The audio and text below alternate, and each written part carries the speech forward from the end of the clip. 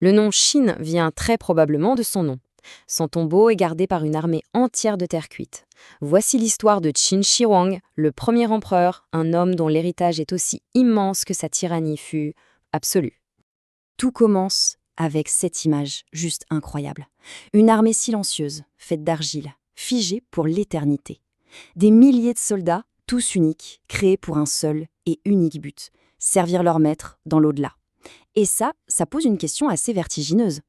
Cet empereur, c'était lui, Qin Shi Huang, un homme dont l'ambition, elle ne connaissait aucune limite, ni dans la vie, ni dans la mort. Pour comprendre un personnage pareil, il faut remonter le temps et voir le monde qui l'a créé. Il faut s'imaginer un monde de chaos quasi permanent. C'est ce qu'on appelle la période des royaumes combattants. 7 grands États qui se font la guerre sans pitié pour la suprématie. C'est dans ce bain de violence que le futur unificateur de la Chine a grandi. À seulement 13 ans, le jeune Ling Zheng se retrouve sur le trône de Qin qui était à l'époque la machine de guerre la plus redoutable de la région. Mais au début, ses pires ennemis n'étaient pas les autres royaumes. Non, ils étaient bien plus proches. Sa propre cour était un vrai panier de crabes. Pour survivre, le jeune roi a dû apprendre très vite à être d'une cruauté implacable. Il a éliminé ses rivaux, les traîtres, sans la moindre hésitation. Ces épreuves ont forgé l'homme qui allait changer le visage de la Chine.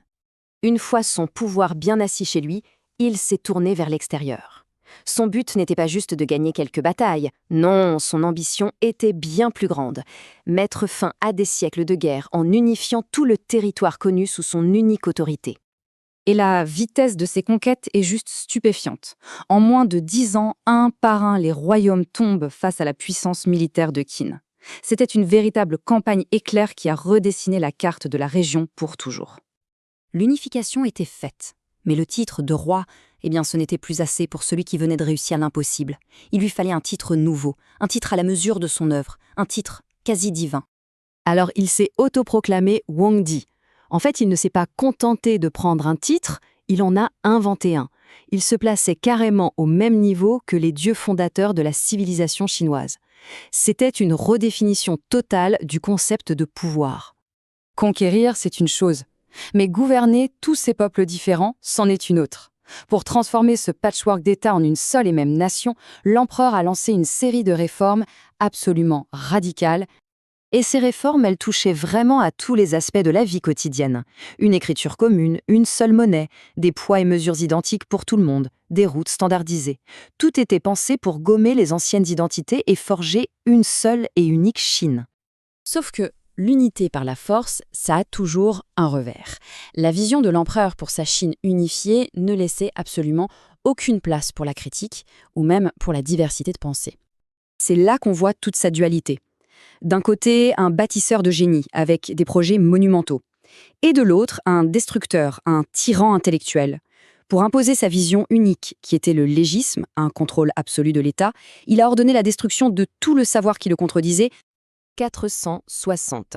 C'est le nombre d'érudits qui, selon la légende, auraient été enterrés vivants simplement pour avoir possédé des livres interdits. Que ce soit un fait historique ou une exagération, ce chiffre est devenu le symbole glacial de sa tyrannie. Son héritage de tyran a tellement marqué l'histoire qu'il a été revendiqué, de manière assez provocatrice, par des dirigeants du XXe siècle. Sa cruauté est devenue une sorte de point de référence. Mais malgré ce pouvoir absolu, ou peut-être à cause de lui, l'empereur était hanté par une peur terrible, celle de mourir, et surtout celle d'être assassiné. L'une des tentatives les plus célèbres, c'est celle de Jin Ke. Imaginez la scène, la tension dans la salle du trône, le courage de l'assassine. L'empereur s'en sort de justesse, mais cet événement n'a fait qu'attiser une paranoïa qui devenait obsessionnelle. Sa peur de la mort s'est transformée en une quête obsessionnelle. Il a lancé des expéditions maritimes gigantesques pour trouver des îles mythiques, persuadé qu'il y trouverait un élixir d'immortalité. Et là, l'ironie est absolument tragique.